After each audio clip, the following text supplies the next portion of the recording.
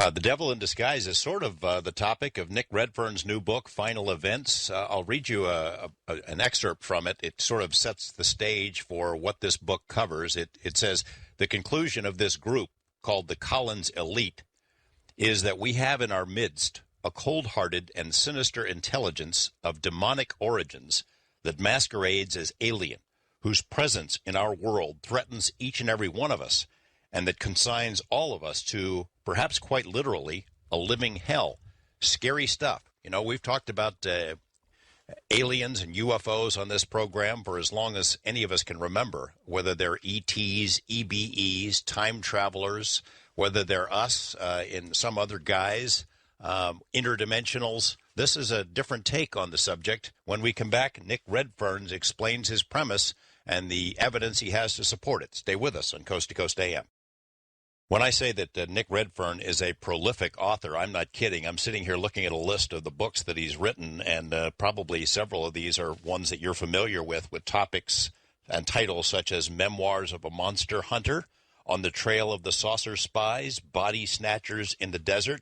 But I have a feeling Nick never realized that he'd be traveling down this particular road, the one he covers in his new book, Final Events, and the Secret Government Group on Demonic UFOs and the Afterlife. Nick, am I right about that? Did you know you'd spend 4 years traveling down this particular rabbit hole?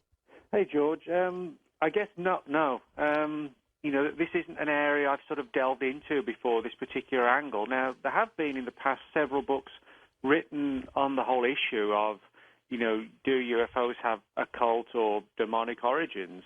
But the idea of actually digging into the whole story from a governmental perspective, you're quite right. It isn't something, you know, I never really anticipated getting into at all. Were you reluctant to go this way? You know, I see you at occasional UFO conferences. Yeah. You're always so erudite and careful about your research and everything. And it would seem to me that if you were to tell your colleagues, hey, I'm researching whether UFOs are demonic, that you'd get a lot of guff.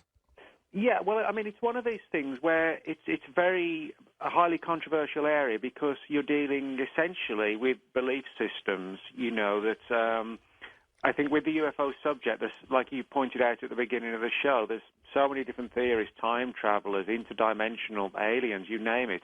And I think that's because we don't possess the hard answers. So unfortunately, even though it's not always the best thing to do, inevitably belief systems creep in and we become biased towards this idea or that idea.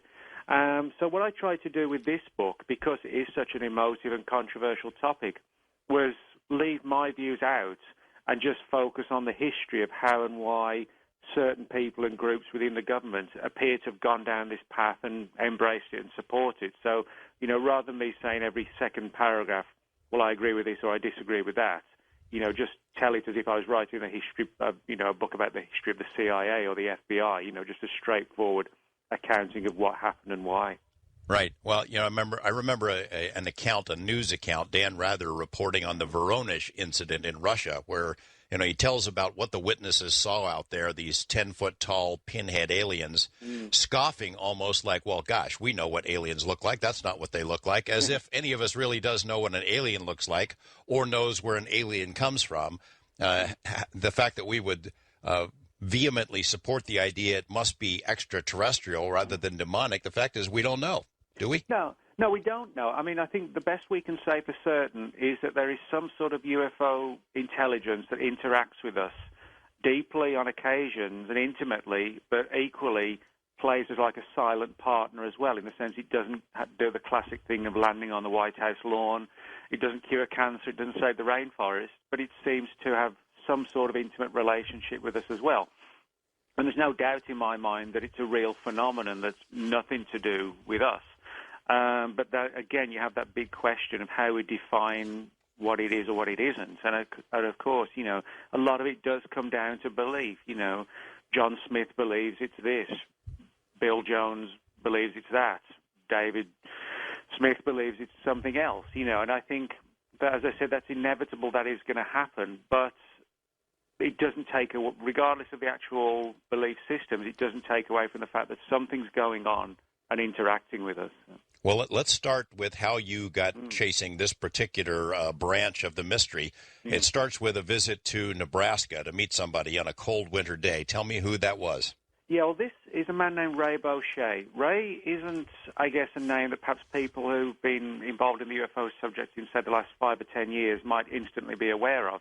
But Ray is an Anglican priest who used to be a state director for MUFON, the Mutual UFO Network. And Ray ran the Nebraskan chapter of MUFON for a number of years. And he had a lot of involvement in the UFO subject. One of the main things he did, particularly in the 1980s, was to lobby his senator to try and see if there are any American military and intelligence files on the famous UFO landing at Rendlesham Forest in England in 1980.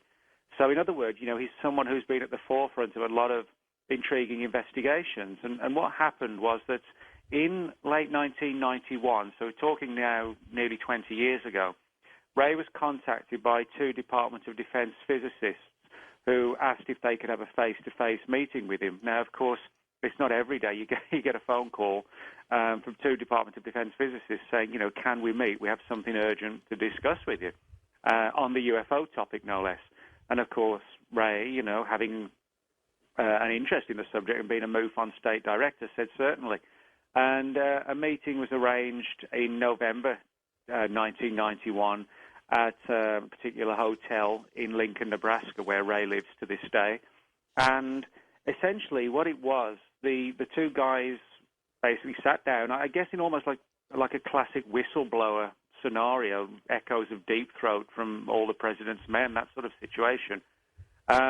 And they wanted to tell Ray about a project they were working on, but also to get his opinion on what he felt about it. And essentially this project, they described to Ray, was designed to contact what the physicists called non-human entities, or NHEs. You mentioned earlier about EBEs, standing for extraterrestrial biological entities. They never alluded to the idea that these were alien or anything else, just that they were non-human entities. And this appears to have been some sort of very clandestine project, deeply buried within the intelligence/defense community. And the whole idea of the project was to try and contact these non-human entities and try and understand and harness what seems to be the extraordinary mind powers that they possess. And one of the things the project was thinking about, for example, if you look at alien abductions, often people report being rendered into an altered state, and essentially, that we're at their mercy. And the idea of the military was, well, if we can understand and harness these powers that these entities possess, maybe we could use it as a weapon. That's how the military thinks. And the idea was trying to train people, just regular people, like military people, in a similar fashion to the whole remote viewing program, try to train them to exploit or use the powers of these entities to, I guess, cause psychic assassinations, in simple terms, like causing heart attacks and strokes at a distance where, you don't have a typical lone gunman scenario. You actually do it remotely, and no one would ever know it was an assassination. They just think it was a tragic, untimely death. Well, we do know, in fact, that kind of research has been done by our government and other governments, so it sort of fits with that. Yeah, there's no doubt about that at all.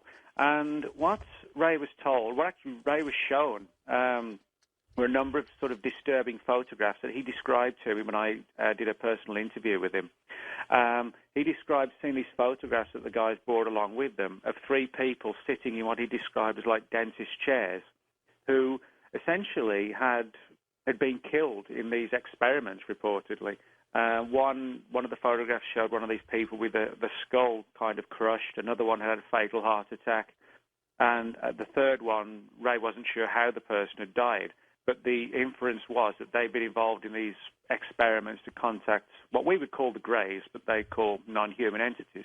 And the most disturbing thing that the guy said to Ray was that as the project went on, it was sort of like a black cloud descended over it, where there was this sort of air of negativity around them all the time. They would go to work, go into the lab or the offices, and it was just, you could almost feel the air saturated with negativity was how they described it. And they came to believe that while the Greys, that these non-human entities, were very real, they believed that initially, in good faith, they thought they were trying to contact alien entities, but as time went on, they felt that the so-called greys are deceptive creatures, which quite literally are demonic entities masquerading as aliens, I guess, to get their grips into the human race and sort of lull us over to the dark side if one day there's sort of some massive landing, if you like, or showing of themselves. Now, as I point out,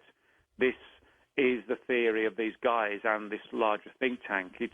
It's not Nick Redfern hammering home this point that this is definitely the truth. I've tried, as I said, to leave my views out and point out that this is a conclusion reached by this particular think tank, representative of whom Ray met and who I met several as well. And we're putting between us, we're putting the story out there and just trying to see which avenue it goes down. Is it real? Is it disinformation? Are their views real, but have they got the point of origin wrong? As some people have rightly said, it's very easy for somebody to conclude something's demonic from hell, but it might just as easily be interdimensional from some very strange realm. Or all of the above. All of the above, yeah. It's a difficult story to, unravel in that respect. I don't know Ray Boucher, so I don't know about his credibility, but of course it's a natural question to ask. You say that in 1991 he was visited by these two guys from the Defense Department who told him this incredible story, who said that they were trying to unlock these mysteries, asked him for his advice and input. Do you believe him? What else do you have to support the idea that these two guys really did come to see him? Well, that's a good question, and as I know from your perspective as an investigative researcher, those are the sort of vital questions we ask, and Ray actually told this story long before he told it to me, and he's been consistent with it throughout the years. The story was told very, very briefly in one of Linda Howe's books, Glimpses of Other Reality, published in 1994, and also there were a couple of pages devoted to it in Jenny Randall's 1999 book, Friend or Foe, about the Rendlesham Forest case, because Ray had involvement. And he's been consistent with the story, never wavered in all the people he's spoken to about it.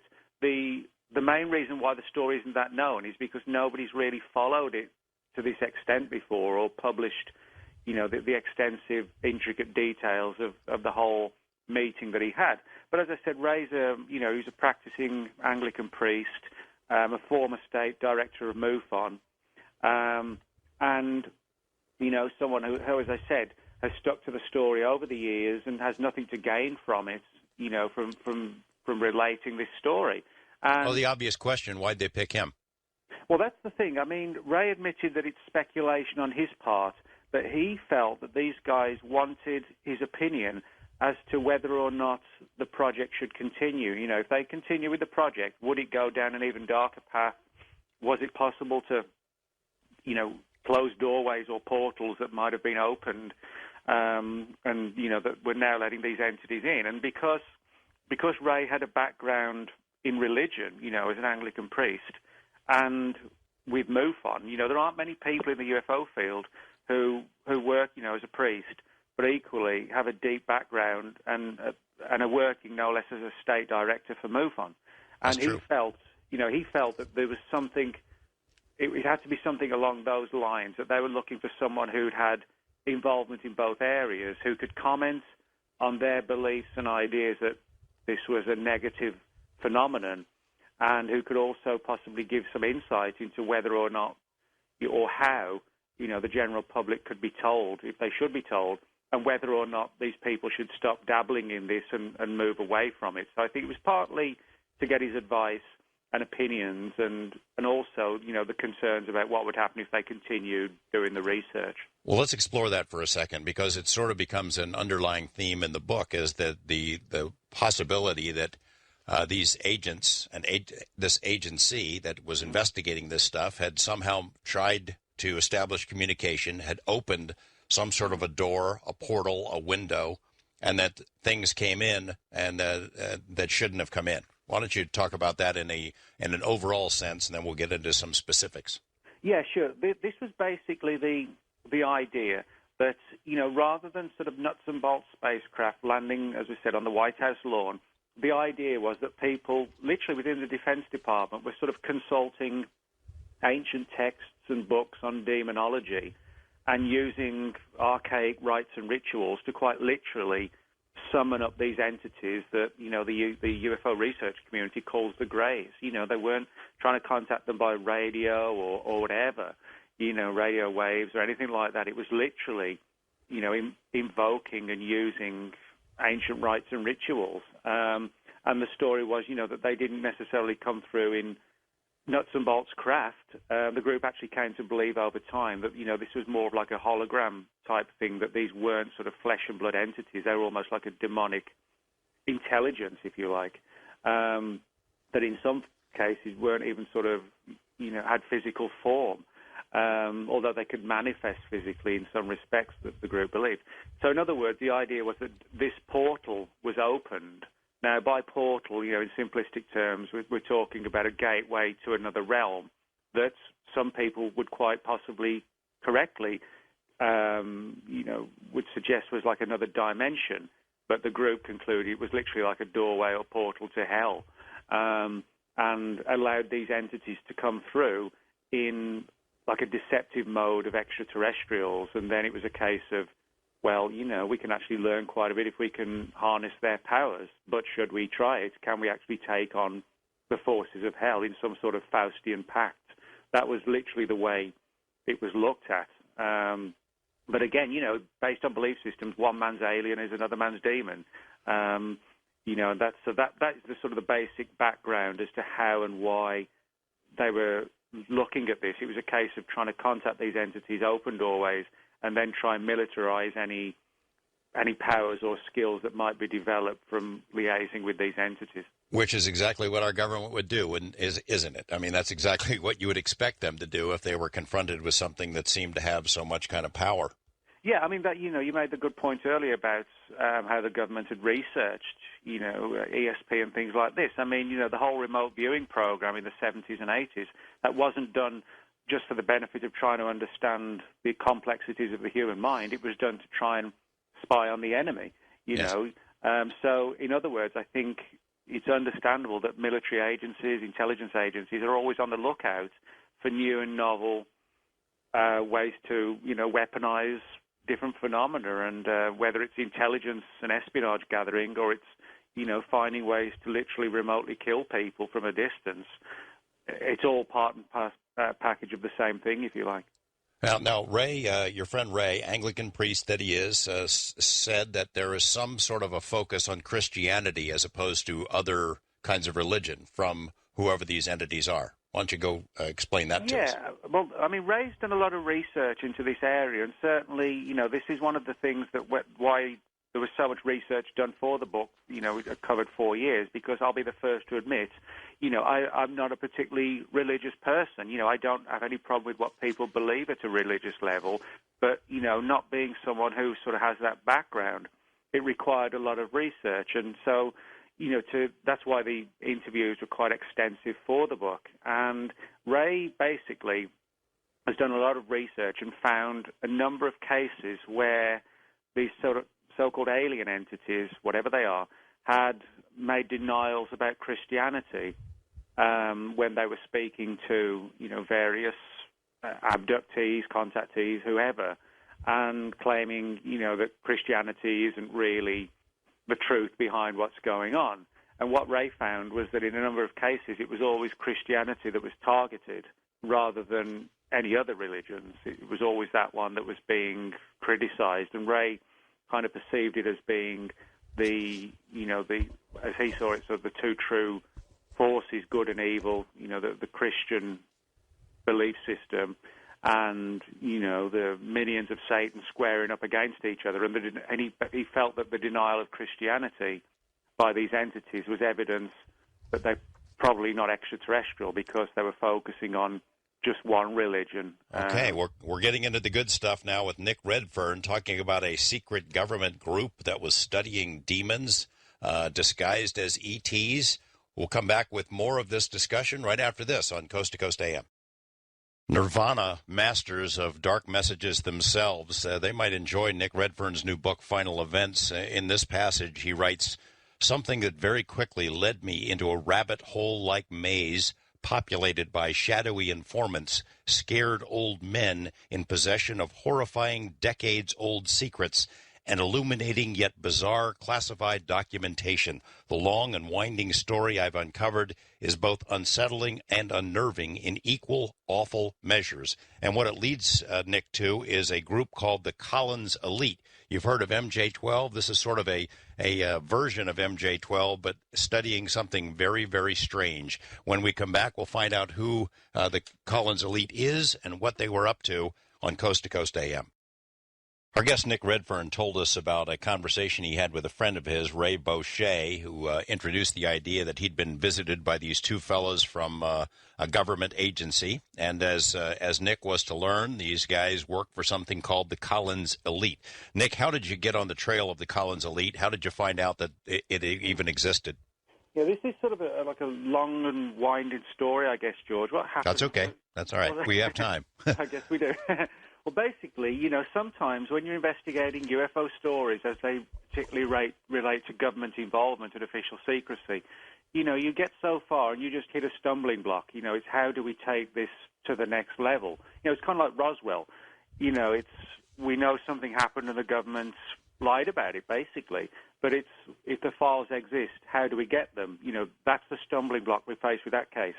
And, sometimes you get more and sometimes you get less data depending on circumstances. And when Ray related this account to me in its full entirety, which had never been really published in all its sort of intricacies before, I thought, wow, these guys, although it was just sort of several meetings, several in-person meetings and then follow-up phone calls and communications, etc., they related a tremendous amount of material suggesting the project had been going on for a long time, because Ray's meeting was practically 20 years ago, even today. And of course, covering a lot of different areas like opening portals, consulting ancient texts, etc. It was quite clear to me that if this was real and it wasn't disinformation to deceive Ray, that, a lot of work had gone into this project. And if that's the case, then surely there must have been meetings and discussions and a realization that, the project was how it was put together, why it was put together. There must have been funding. So this sort of made me think, whether it was true or not, the logic would dictate that some sort of agency or body, if you like, had to have been put together at some point. And so I said to Ray, well, this is a really interesting story, but how do we get beyond just this one piece of the story? I said, you've convinced me that you met these guys and the story's valid. Is there a way to take it further? And Ray was, well, not from me there isn't. I've related to you basically the entire story as it happened, this sort of deep throat whistleblower type encounters he had with these guys from the Department of Defense. And so what I did, I thought, well, I actually spent a few months just kind of trying to figure out how to get further. I just could not take it further. Now, I spoke to a couple of people who shared the views, but, these were just people in the UFO research community. There were a couple of books previously written on this particular issue of demonic UFOs, but, this not from the government perspective. Now, there were several things when I interviewed Ray that he asked me not to publish in the book, and I agreed not to do that. And this related to his speculation as to how the guys had managed to track him down, and certain players and certain Air Force bases that were possibly involved and that may have sort of led him to be brought into the picture. And so basically what I did, I just laid my cards on the table and without naming Ray by name, phoned up the relevant agencies and Air Force bases and offices specifically where there was speculation of them having had involvement in making the connections with Ray, and said, look, I've heard this story, I'm researching it, I work as an author, I'm not going to lie to you, and I'm interested in speaking to someone who may have some information on this meeting or this particular story in general. And I basically got a reply of, well, that's very interesting, sir, but it's nothing that the military gets involved in. It's good luck with a book. It was literally along those lines. Sure. And then, I was like, well, I'm not going to be able to take it any further unless, I start advertising in magazines. And then, of course, if you put the core story out there, you don't know if somebody contacts you is the real thing or they're just some fantasist who's picking up on what you've said and then parroting back, in their own fantasy, if you like. But what happened was I got a very strange series of phone calls, almost like enigmatic, which barely ever happens. I think everybody at some point in their ufological career either meets or speaks with whistleblower-type characters or has, sort of a strange, enigmatic relationship with people in the official world. And that's what happened. I essentially got a call from Offutt Air Force Base in Nebraska. Now, that was weird in itself because the number actually showed up on my phone. There was no attempt to block the number. And, sometimes military organizations are quite antsy about, numbers popping up if they phone someone for security reasons. And I Googled the number and I was able to prove that it did come from Offutt Air Force Base. And the office it came from was like an operator service that was responsible for channeling internal calls outside of the base. So it didn't give me the internal number, unfortunately, but I was able to verify that it was an operator service at Offutt, and got to speak to someone who said, well, we understand you're following this story. Would you like to meet someone from the Collins elite? And I was like, well, what's a Collins elite? It didn't mean anything to me in the slightest at all.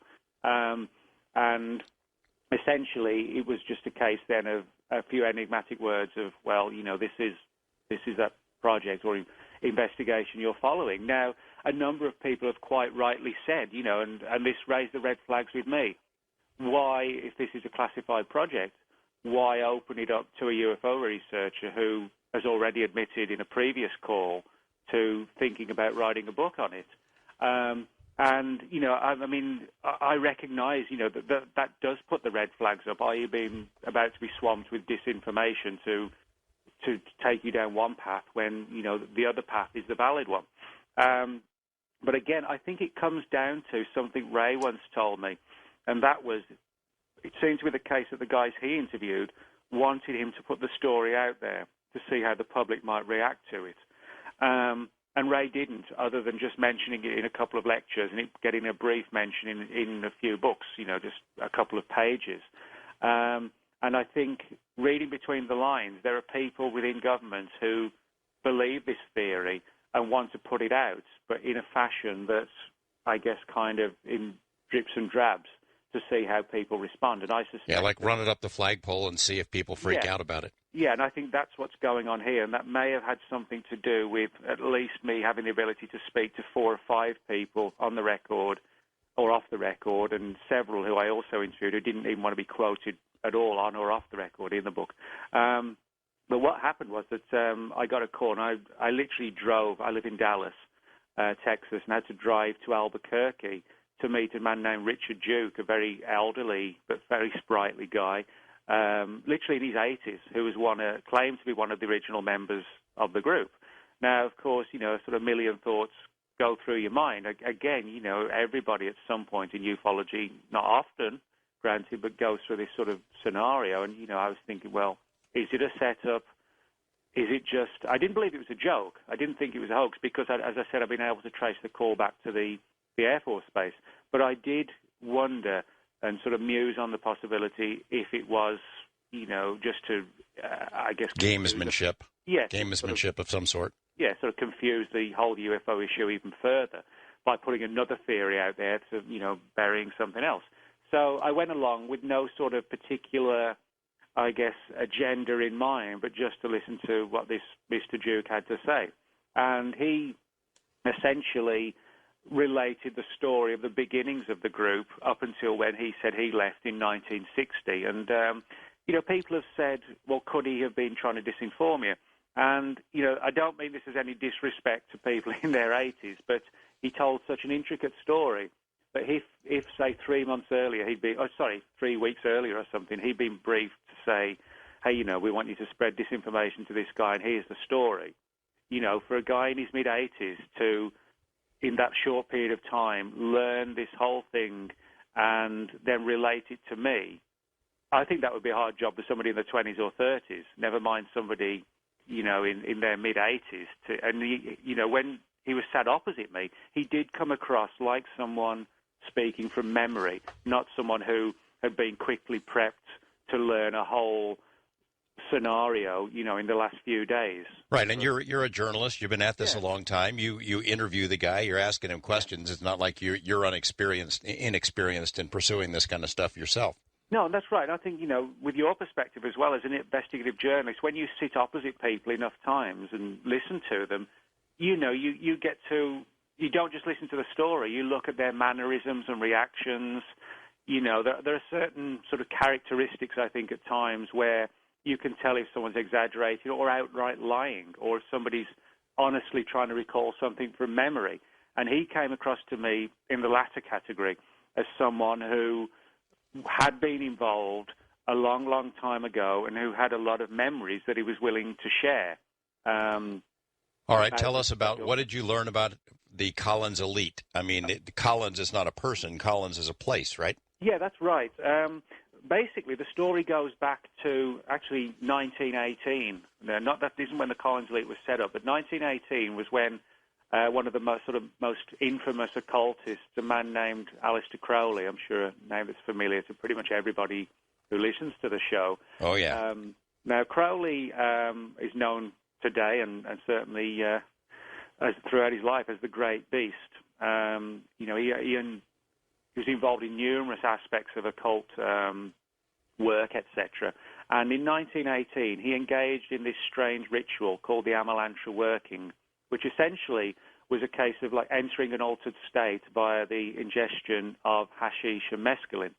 And he engaged in this ritual, again following ancient teachings, etc., and reportedly made contact with this interdimensional entity known as Lam, L-A-M. Now, if you look at Crowley's own drawing of Lam, which I've reproduced in the book, on page 14, yep. It actually looks very alien grey-like. The only thing that's missing is sort of the dark black eyes, but instead you have these sort of penetrating, almost cat-like eyes, but you have sort of the little thin body and the huge bald head. Now, at the time, of course, Crowley wasn't saying these were EBEs from Zeta Reticuli or whatever. He interpreted it, again, that he'd opened a portal, and due to his altered state of mind, that is the ideal way, he believed, to contact these entities, that they inhabit some sort of realm where mind-to-mind contact, if you like, or in an out-of-body state is possibly their regular form of existence. So he called this guy Lam, the creature Lam, but he said it was an Enochian entity? Yeah, basically, it's talking, when you look at his story, the important thing to remember that this is practically 30 years before the whole flying saucer thing kicked off in 1947 with Kenneth Arnold. So in other words, the people weren't at this particular time talking about aliens, only the fact that, it was possible to contact entities. But basically, an Enochian entity, it sort of takes its name from something called the Enochian Call, which was a Kabbalistic language which was created in the 17th century by an Elizabethan magician named Dr. John Dee. And so again, Crowley was actually taking the lead from people who'd been involved in similar things back in the 1600s. And what's interesting about Dr. John Dee is that he and a friend of his, Edward Kelly, they tried to undertake these sort of rites and rituals as well, and reportedly had made contact with, quote, little men who supposedly moved around in a little fiery cloud. That's the literal terminology that was used. So in other words, that sounds like a sort of proto-UFO encounter as well. Now, Crowley had a disciple and a follower who actually became, in many respects, even more renowned than Crowley, and that was a man named Jack Parsons. And Jack Parsons was one of the earliest and certainly the most brilliant rocket scientists in the 1930s. And his company that he formed, Aerojet, even to this day, they make the solid rocket boosters for NASA's space shuttle program. So in other words, he was someone who probably NASA wouldn't exist in its form that it does today without Jack Parsons. And Parsons became fascinated with the teachings of Crowley. And he, as I said, was also a rocket scientist. And they were into some weird stuff. I mean, Crowley, you think of him, he was like, as you describe, a grandmaster of the occult, basically a devil worshiper who was a worshiper or at least interested in contacting evil spirits. He was into orgies and drugs and a lot of really weird stuff. Yeah, I mean, he was somebody who sort of really pushed the envelope to its limits, so to speak. And, it's one of these situations where Crowley, attracted a lot of people of a like mind, and one of these was Jack Parsons. And Parsons was living out in California and set up Aerojet and was doing a lot of rocket research. But at the same time, he had this other life which was dominated by the occult. And to give you an example, before every rocket launch, he would actually try and invoke the Greek god Pan and request that the rocket launch was successful. That was his way of doing it. And what a lot of people don't realize is that in the 1940s, because the military was realizing that rocketry was like, hey, this could be the next big thing. So a lot of the work he was doing was of deep interest to the military, and he was actually granted a top-secret clearance with the Air Force, Army, and Navy. You got to figure that.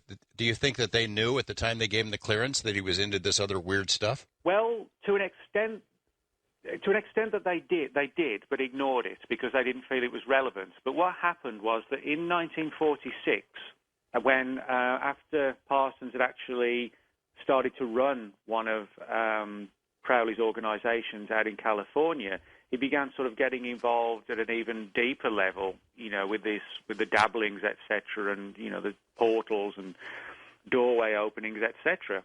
So basically, what happened was that he was getting more and more involved with the military, getting access to more and more government secrets, at the same time that his occult world was developing and spreading as well. Now, in 1946. Parsons actually engaged in something similar to what Crowley did, but this was called the Babylon working, and he essentially was trying to conjure up what was called like an elemental being, like a magical entity, again, from some other realm of existence. And this was sort of seen for some people in the military as the last straw. It's like we've granted a top-secret clearance to some guy who's trying to dabble in the occult and, open doorways to other realms, and who knows what he's letting in. Now, at the time, there was sort of no idea, I guess, or feeling that it was anything other than, well, he's a bit eccentric, but he's doing good rocket research. Let's just let him continue and live his weird life as they saw it. But the thing that kind of kicked off the whole Collins elite was that in the late 1940s, after the State of Israel was created, Parsons thought, he actually heard that the Israeli government was looking to develop its own rocket program, and he thought, having his own Aerojet company, wouldn't it be a good idea if I approach the Israelis and see if they're interested in having me work for them? And so what he did, instead of putting a fancy resume together to give them, he actually, quote, borrowed or stole, depending on how you look at it and who you listen to, a number of documents from his workplace at the time where he was contracted, which was the Hughes Aircraft Company, Howard Hughes' company, and stole the documents and was going to give them to the Israelis as a demonstration of the work he could do. And, of course, you had the military and the FBI freaking out that, is this guy actually working as an undercover agent for the Israelis, or is he just being stupidly done something reckless to try and get a job with them?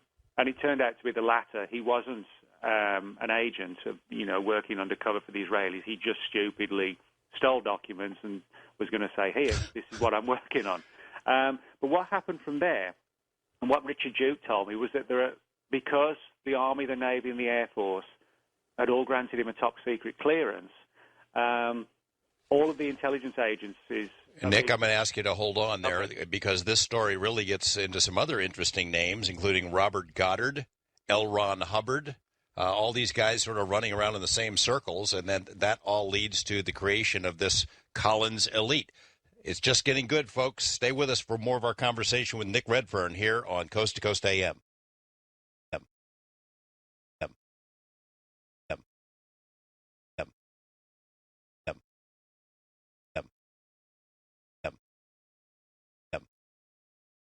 We're talking with Nick Redfern about the creation of something called the Collins Elite, an element of our government created to look into these weird entities, devils, demons, call them what you will. The origins of the Collins Elite, as we just learned, can be traced back to the work of Aleister Crowley, who was sort of a grand master of the occult, an infamous devil worshiper who had some interesting fellow travelers and contemporaries, including L. Ron Hubbard, the founder of Scientology, and we'll hear more about that in a moment, and Robert Goddard, the father of American rocketry, who just, interestingly enough, had his headquarters in Roswell, New Mexico. As mentioned a couple of minutes ago by Nick Redfern, Aleister Crowley found a way to open a portal to communicate with what he called an elemental, and they gave a name to this creature called Lamb. And our webmaster Lex has found the drawing that Crowley made. He's put it on our Twitter feed, which is available on the Coast homepage. And if you look at this thing, you'll see why people could say, well, heck, that looks like what we would call a gray alien. When we come back, we pick up the story about the Collins Elite and find out just how it got started and whether or not it's still operating today. Stay with us for more Coast to Coast AM. As we are searching the origins of this group called the Collins Elite, we learned from Nick Redfern before the break about this guy, Jack Parsons, who is so famous, I guess, and so revered in aerospace circles and rocketry circles. They've got a crater on the moon that was named for him, and he'd had a home, a mansion, actually, in Southern California. It had these big, elaborate parties where the likes of Robert Heinlein and Ray Bradbury were regular visitors, according to Nick Redfern's book, Final Events. Nick, tell me how L. Ron Hubbard and Robert Goddard fit into this very interesting mix, along with the likes of Aleister Crowley. Mm-hmm. Well, as I said, George, Parsons became fascinated with Crowley's work, and having an interest in the occult, he began to go down the same path. Essentially, looking at the idea of contacting whatever these otherworldly entities are or were at the time. And he engaged in something known as the Babylon working in 1946. And basically what happened was that L. Ron Hubbard became friends with Parsons. And, they spent time together, hanging out, etc. And Hubbard became fascinated by Parsons' work. They became good friends. And actually, Parsons wrote a letter to Crowley himself, and he wrote, I'm just quoting parts from it here, I deduce that he, i.e. Hubbard, is in direct touch with some higher intelligence, and he continued that he's in complete accord with our own principles. So, in other words, Parsons and Hubbard hit it off, and Parsons began setting up this extensive magical ritual known as the Babylon working. And the whole goal of this particular project was to try and, I guess, invoke some sort of being very, very similar to the one that Crowley had brought into our world decades earlier, this so-called large-headed, bald-headed lamb creature. And Parsons got one, right? Yeah, Parsons got one. Basically, what happened was that a couple of weeks later, a woman arrived on the scene named Marjorie Elizabeth Cameron, very beautiful woman, and essentially Parsons deduced or concluded that this was evidence that the rite and ritual had worked, that he'd summoned this woman up and she'd suddenly arrived on the scene. And that sort of set the scene for Parsons believing that he actually could achieve what Crowley had achieved 30 years previously. Now, you also mentioned Robert Goddard. What happened with Robert Goddard is that he was a colleague, not necessarily a friend, they were kind of rivals, but he was a colleague of Parsons, and he was also deeply involved in early rocket research and chose to move his base of operations to, of all places, Roswell, New Mexico. And in the summer, in the summer of 1947, we know that Parsons actually met none other than Kenneth Arnold, the man who arguably ushered in the modern era of flying saucers. Oh, what boy. Happened, now it's getting complicated. Yeah. Well, what happened was that Parsons knew L. Ron Hubbard. L. Ron Hubbard wrote a lot of actually very good and acclaimed science fiction. He wrote a lot of stories, etc., short stories, books, and L. Ron Hubbard, being in the realm of science fiction, was acquainted with Ray Palmer, and Ray Palmer was the editor of a number of highly successful sci-fi magazines, and it so happens that Ray Palmer was also the editor, publisher, and co-author of Kenneth Arnold's book on his encounter called The Coming of the Saucers, and it was through this friend of a friend of a friend that Parsons and Arnold actually got to meet. Now, what was happening as I mentioned before the break, there was this investigation into Parsons' loyalty or not because of the fact that he was working or trying to work with the Israelis on their rocket program. When it was found that he wasn't an espionage agent, but he'd just been reckless with government documents, he was fired from Hughes Aircraft and lost his top secret clearance. But Richard Duke, this elderly group member of the Collins elite I met not long after speaking with Ray Boucher, he said that he and a number of the other people who were involved in these early investigations of Parsons' background, the more they dug into it as part of this espionage operation, the more that they learned about his, as he called it, his other life, the occult life. And they became fascinated by it. And even when the operation had come to a halt and it was closed down, as he described it to me, they would get together and meet sometimes after work and discuss, what they'd found out about Parsons. They found him to be like a fascinating guy with an interesting, although as they saw it, weird life. And, they were sort of looking further into what his belief systems. And it was then that they found the crossovers with the whole UFO thing. Richard Duke told me the fact that he knew Arnold was interesting. And being on the inside, they said they'd heard rumors about that the Roswell incident wasn't a weather balloon. They weren't actually briefed back then on what had happened, but they said we all knew it wasn't just a weather balloon. And then when they found that he was associated with Goddard out at Roswell, Richard Duke said it was a case of really of us just trying to put together a few strands and threads of what possibly seemed to be something interconnected. And according to Richard Duke, the whole situation was sort of pretty fluid and relaxed up until about 1952. It was, as he described it, just people, colleagues, friends getting together, discussing it after work. And then in some point in 52, just after Parsons was killed, he actually blew himself up in his lab. What happened was that somebody said, well, something along the lines of Project Blue Book and the old Project Grudge didn't have much success or aren't having much success in trying to resolve this. Why don't we channel some money to these guys, make them an offer and take them out of their regular intelligence jobs and put them in like a think tank situation where they can research this angle, where they've actually made some intriguing threads of putting names and places together and just see if they can come up with anything. And to start with, it seems like it literally was, they would just pay these guys their regular wage and they would sort of sit in an office in a round table situation, maybe no more than 9 or 10 of them to start with, and just pore over the open source material that was around at the time and just try and evaluate it and to see if it would fit more in this picture of the whole Parsons-Crowley angle, if you like. So they would the Collins elite. That's it, and the name is taken from a town, right? Yeah, that's a very weird story. I mean, I asked, why is it called the Collins elite? And I thought it was named after someone, a person. But apparently, there's a town in New York or a little village called Collins in New York State, and one of the people, apparently, that Richard Duke said was consulted by the group was a Quaker, and he was someone who had a lot of interest and actually knowledge of what the group, the areas that the group was following, and he was sort of consulted along the lines of, we'd like your help, being your patriotic nature, not to mention it, etc.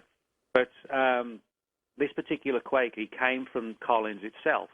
Now, Collins is noted for, it's a very small place, and it's just noted for one particular thing, and that is the fact that at one point there was something like 7 or 8 cheese factories there, and pretty much everybody in the town was involved in the cheese-making industry. And there was sort of this joke amongst these guys that because he felt special and, he was speaking to these guys from the intelligence community, he was the elite of Collins because he was one of the few people in town who wasn't employed in the cheese-making industry. And it was kind of a joke, they said, that, an insider joke, that they decided to call themselves the Collins elite.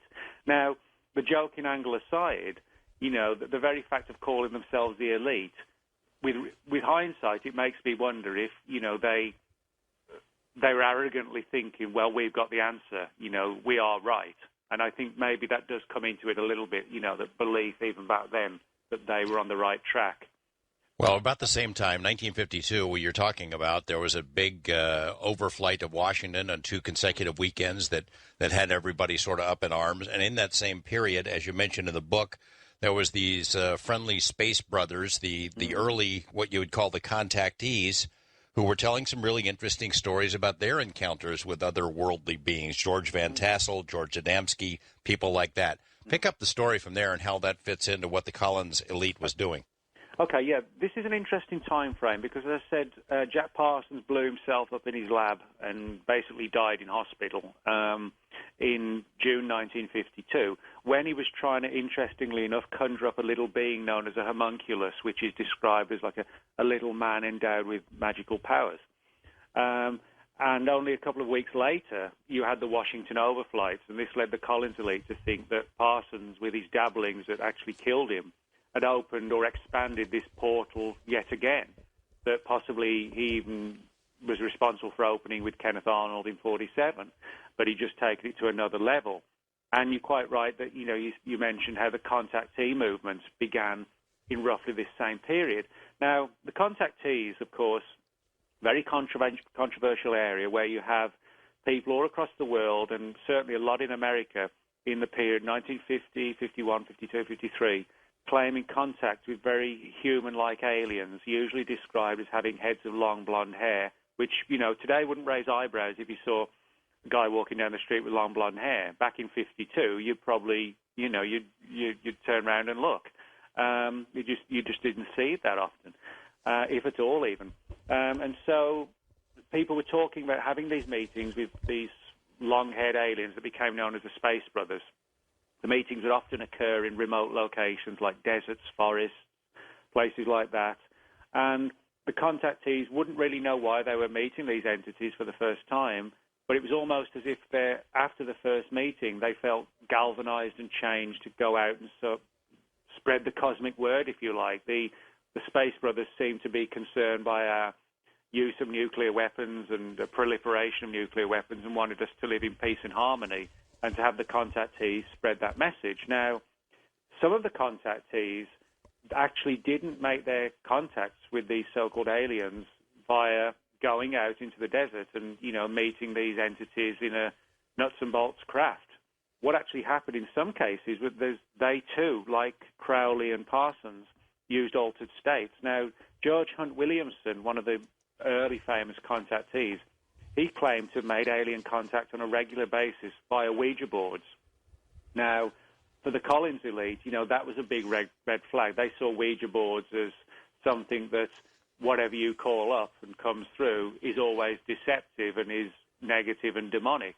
And so when they found that somebody in the early years of the contactee movement was actually claiming to contact aliens via Ouija boards, they saw this as another example of demonic deception. On top of that, George Adamski, who was one of arguably the most famous contactee of all time, his co-author, Desmond Leslie's father, Sir Shane Leslie, was deeply steeped in the world of the occult and actually was a deep adherent of the teachings of Aleister Crowley. So, again, you have people in the early years of the contactee movement involved. And on top of that, George Van Tassel, probably the second most famous contactee next to George Adamski, was employed by Hughes Aircraft, and he was good friends with Howard Hughes. And it happened to be the Howard Hughes aircraft company that Jack Parsons worked for. That's right. Yeah. So in other words, they were putting all these threads together and seeing, a linkage, if you like, not necessarily understanding what it all meant, but concluding that it certainly meant something. You mentioned in the book this lady named Frances Swan. Mm. Why is she important to the story? Well, again, this is sort of something in the way in which the story develops, something that we see going on from the sort of the early to mid 1960s, early to mid 1950s onwards. Now, Frances Swan basically was someone who claimed alien contact, and the story was that in 1954, this is when she started making contact with alien intelligences, again in an altered state via automatic writing. Now, automatic writing essentially is when someone claims that an entity, whether a spirit entity, an alien, or whatever, channels through them, and they, the person is, I guess in simple terms, possessed in some respect, and they begin writing down, the information given to them. It's automatic writing. And again, but Frances Swan, like George Hunt Williamson, perceived that the entities that were channeling through her were extraterrestrials. And a number of agencies followed the story of Frances Swan quite closely, not just the Collins League, but the FBI have now declassified their files on Frances Swan, talking about how they visited her, conducted an interview with her, because she was talking again also about how the aliens supposedly wanted us to disarm our nuclear weapons. And bear in mind, this was the whole Cold War Reds under the beds era. They wanted to speak to her because her UFO material was getting into sort of political areas as well. Now, what's kind of weird is that Frances Swan's next-door neighbour was a man named Rear Admiral Herbert Bain Knowles.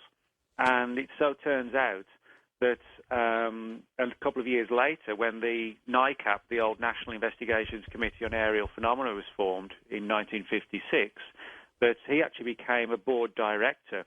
And the Collins elite believed that it wasn't coincidence that Frances Swan happened to live next door to Herbert Bain Knowles and had been contacted by these entities. They actually thought that these entities had kind of got their clutches into Frances Swan, and from there she'd attracted the attention of Admiral Knowles, and that when he became part of NICAP, his relationship with Swan had actually influenced his beliefs about aliens in relation to developing NICAP's thoughts on the subject. In other words, it was kind of, if a UFO group's going to be set up and these demonic entities wanted to deceive that group into believing they're alien, what better way to do it than manifest for Knowles' next-door neighbor and have him become convinced by her experience.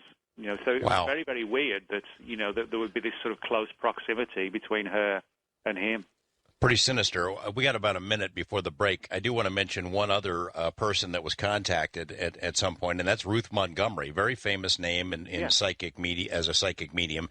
How does she fit in? It's a couple of years later, right? Yeah, this is right. This is actually the last project, if you like, that Richard Duke told me he was ever involved in. This was sort of the turn of the 1960s, and Ruth Montgomery, I should say, she was like a self-described Christian psychic in the tradition of people like Edgar Cayce. And she was deeply involved in things like automatic writing, channeling, spirit guides, etc. And very also involved in, trying to determine the nature of the human soul, etc., things like that. And Richard Duke said that as time went on throughout the 50s, they began to see that things like automatic writing, channeling, etc., seems to be playing significant parts in the early years of ufology. And he was tasked with approaching Ruth Montgomery to get her views as to what she believed about this phenomena. And this was sort of one of the surprising things, that they actually supposedly made clandestine approaches to various people who had, written books or were researching these areas at the time, and just said, can we speak to you off the record? It's part of a government project, etc. And Richard Duke told her a number of things about how, the military was researching out-of-body experiences, ESP. And then she sort of spilled the beans a little bit on that. We'll pick up the story after this break. Fascinating conversation with Nick Redfern about the Collins elite and this secret study of UFOs as being demonically involved. Stay with us for more on Coast to Coast AM. We're talking with Nick Redfern about his book, The Final Events, which details the study of I guess you'd call them demons, by a group called the Collins Elite, which started out looking at UFO cases, UFO reports, got into abduction reports, talked to psychics and contactees, and somewhere along the way decided these are not ETs at all. These are demons. They're evil. They're here for our souls. What was it that convinced them to reach that conclusion? We'll get into that with Nick Redfern right after this on Coast to Coast AM. Right before the break, Nick Redfern was telling us about the Collins Group, this outreach to a famous psychic named Ruth Montgomery, who was approached and asked some questions. And then I guess, Nick, she spilled some of the beans in public, right? Yeah, that's right, George. She was actually a well-respected journalist as well, and she covered a lot of the political stories of the day as well. Now, one of the things Richard Duke did was actually to bring along to the several meetings I had with him a whole stash of documents, which I was allowed to copy. But he stressed it was all freedom of information material, including literally hundreds of pages of Air Force files and Army files on Jack Parsons, but also some FBI documents on Ruth Montgomery. Now, again, this is one of the areas why I think that Richard Duke was legitimate, was because, a lot of people have heard of Ruth Montgomery and read her books. But I think very few people would be aware that it was actually an extensive internal FBI investigation of her. I'd never heard of this at all, and I've scoured around, in books and things like this, and have not seen any reference to her having ever, being interviewed or monitored by the FBI, specifically about her occult interests, if you like. Well, I'd never heard it, but it doesn't surprise me. No, but I reproduced one of the documents in the book, and when Richard Duke gave them to him, I actually sent them to the FBI to say, have these been declassified through the Freedom of Information Act, and actually got those and more back. I got the complete file. So in other words, the documents are legitimate, and I think because I'd never seen them before, there's certainly no reference to them in books, it would make sense that an insider would be a person who would know that they existed and had been declassified and wanted to get the story out by specifically passing on, not like MJ-12 documents, but legitimate FOIA material. The arrival of abductions, alien, what we'd call alien abductions, the Betty and Barney case, and others, is that what sort of turned the tide for the Collins Elite? I'm trying to figure out at what point did they decide these are not aliens, these are demons, and what was the proof that convinced them? Yeah, well, as I said, up until this point, pretty much, they were looking at it from an occult perspective, that even if these things were alien, they seemed to, I guess, work with the occult. There could be alien entities that, understood the occult world or the supernatural world and somehow even moved within it.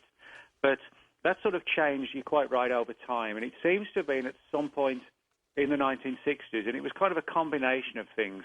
You had the Betty and Barney Hill case of 1961, which radically changed things from the contactee arena to the whole issue of, abductions by these small entities. And, you have things like, for example, the whole medical experimentation angle, the genetic angle, which was really sort of beginning to take off. And people, albeit at that time, didn't really understand the full details of what was going on. One of the things that the Collins Elite were alerted to, and again I relate the documents, some official documents in the book, was how there seemed to be this pattern developing of people being allegedly kidnapped from their bedrooms at night or from cars like the Hills, driving home late at night. And they were seeing parallels around the world, and they actually approached the British Ministry of Defence and even said to them, have you, in your UFO files, do you have any reports on record where, for example, people have claimed late-night encounters or been, in cases where their car has stalled and then they've had weird dreams, etc. And they did find a number of cases and sent them on to the Defense Intelligence Agency in the US, who in turn forwarded them on to the Collins Elite. So they were seeing this, but then further down the line, they came across a very disturbing story of a man named Paul Garrett. Now, Paul Garrett was a guy who was involved in a car accident in the late 1960s in California and had a near-death experience. And he actually wrote to his local newspaper, and I've got the clipping from the newspaper, and he's basically, a letter to the editor talking about this amazing experience he'd had, had this accident and literally, I guess, died, but he was brought back on the operating table and had one of these classic near-death experiences that people talk about. He said he could see himself leaving his body and floating above himself in the operating room. Next thing he knew, he said, I guess his essence, his soul, however you want to term it, was on this, what looked like a totally alien world, and which he literally interpreted to be hell. But he said it wasn't like a hell that he'd ever seen before. It was like a flat landscape, almost how you'd imagine an alien planet might look. And it got kind of disturbing because he said there were just, thousands and thousands of shuffling human beings, kind of shuffling around like zombies out of some, a zombie film. And there were these UFO-like craft hovering over them, moving very, very quickly in a fashion that sort of reminded him of like worker bees or fast-moving insects. And they seemed to be extracting some sort of light, like a ball of light, out of the bodies of the people, which he interpreted that these were sort of almost like machine entities, I guess almost like techno-demons extracting human souls from the recently departed. And this story got back to the Collins elite because somebody apparently read it in the newspaper, and the story got back to the intelligence world and onto the Collins elite. And they uncovered a number of stories like this and eventually came to the conclusion that the whole purpose of why this was demonic was because they came to believe that the human soul possesses some sort of energy or is formed of some form of energy which these entities actually can use as sustenance in simplistic terms. In other words, they're harvesting human souls. When I read that chapter, when I read that part of the book, I thought, wow, that rings a bell with me because I had the Lazar story. I'd interviewed Bob Lazar, Area 51, and Bob was reluctant to get into this stuff, but he said somewhere along the line he read a report that talked about the harvesting of souls, and I was surprised that you mentioned it. Yeah, I mean, this is a very disturbing area. A number of people who read the book have said, it actually did disturb them. The idea that the Collins elite came to believe that the Earth is essentially like a farm, and that's why the aliens, whatever they are, don't land, because they don't want to help us, but they don't destroy us because they don't want to destroy us. They actually want to maintain the planet and maintain the herd in the same way that the farmer looks after the cattle before he takes them to the slaughterhouse. And their conclusion, based upon addressing things like near-death experiences, consulting with people who had claimed alien abduction encounters where even they felt, some of the abductees, their soul had been separated from the bodies. They concluded that there were, in simple terms, soul factories where these entities were literally just feeding upon, millions and millions of departed souls and using us as like an energy source. Kind of like in the scene in the Matrix, where Keanu Reeves wakes up from what he thinks is the real world, and only to find, there's millions of people just in endless pods where they're being used as a battery for the machines that now run the world. The real world as we see it is actually like a hologram type thing. And they viewed it in the same way, and essentially seeing these entities as being demonic, but possibly in a sort of complex and strange way, also utilizing highly advanced technologies, almost like techno-demons, as one of the people described. That's a good term. I mean, it's hard to tell. It would be hard for them to tell. It's hard for us to tell. You've got these, essentially, they're shapeshifters. They take different forms. They're liars. They're deceptive. They, one minute they tell us they're aliens. Maybe they're demons the next. I mean, I guess you'd have to admit that we really don't know for sure what the heck they are. No, I mean, I think this is a good point. It's like, and if you look at the UFO subjects, or the phenomena, I should say, there's no doubt that it's sort of radically changed over the years. In the 1800s, we had the Phantom airships, Foo Fighters in the Second World War, the Ghost rockets in 46, flying saucers in 47. Now we have the Black Triangles, and we had the long-haired space aliens and the Greys. So it's like the phenomenon has almost changed as the times have changed. And they sort of astutely realized this, the group, and also concluded that, back in times past, that when people said they saw things like goblins and jinns and things like that from ancient folklore, that was a manifestation of this same phenomenon, but actually appearing in in a guise, if you like, that reflected the belief systems of the people of that day. In other words, to deceive them as well, thousands of years ago. Well, like Passport to Magonia, Vallet's book, where he suggests that maybe it's all the same thing.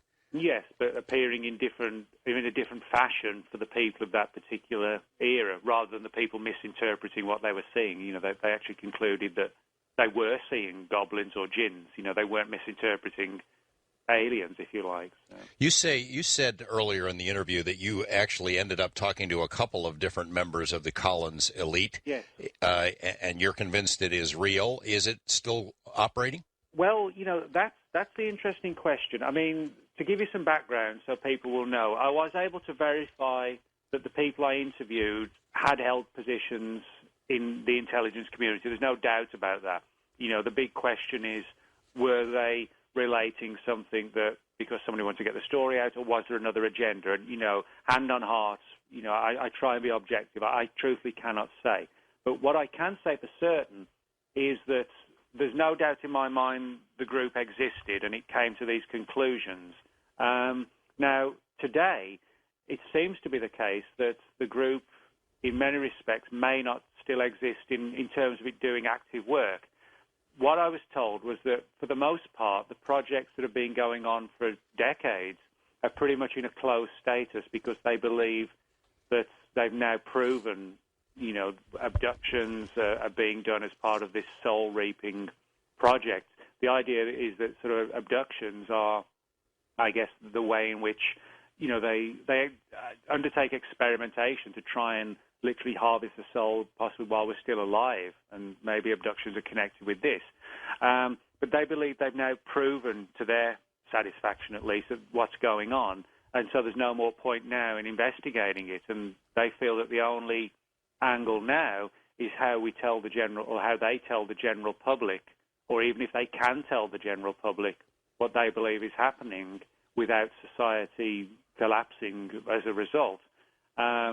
And they had some very ominous ideas about how the future should progress. Now, this gets into an extremely controversial area. They concluded that these entities, part of their ability to interact with us is based upon our willingness to believe they exist. Now, that sort of sounds strange. It's almost as if, belief in them actually strengthens their ability to act in our world, in our realm, if you like. And the group concluded that strong religious denial or having a totally anti-approach to them, but with a religious background, could thwart them and keep them at bay. And so their viewpoint is, how do we do that? Well, we have to change the mindset of the population to a deep fundamentalist Christian perspective where everybody is in fear of the Christian God, but being so fearful and having such a deep belief system would prevent these entities from interacting with us and winning the day, so to speak.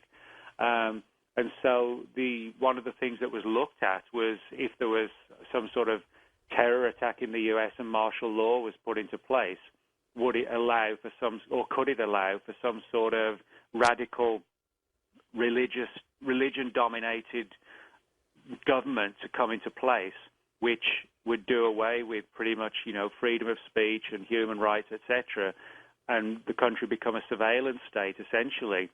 But they felt it was worth it if, by changing the mindset of the population to, as I said, this deep fundamentalist angle, it actually protected their souls in the process. That was literally the sort of the skewed thinking that they were following. Now, whether or not that's actually true, I was told it was more like a round-table discussion thing with PowerPoint presentations and, talking about whether it was actually feasible, not the fact that it was actually on the cards and was being planned, but the idea of, hey, if we can rewire the population and they believe this is all going on, it'll actually save their souls, and the loss of freedom, etc., was seen as a viable alternative to everybody going to hell in their... Well, it would seem then that you writing about it, that this book coming out that sort of spills the beans, lends credence to it. Doesn't it strengthen the bad guy's hand? Well, well, in one sense, but I mean, the thing is that the people who told me, one guy, Robert Manners, who related this to me, he was actually someone who was dead set against this whole angle of trying to bring religion more into government and the military. And so I suspect the ones who actually want, within the group, who want this to happen, probably aren't happy that he spilled the beans. So in other words, it seems like there's almost a battle going on within the intelligence world about who should be told, if people should be told, and how it should be handled in terms of the present day and the future. So I think, there are people who, Robert Manners certainly was not happy with even the very fact that just at a roundtable PowerPoint presentation, that this whole scenario of,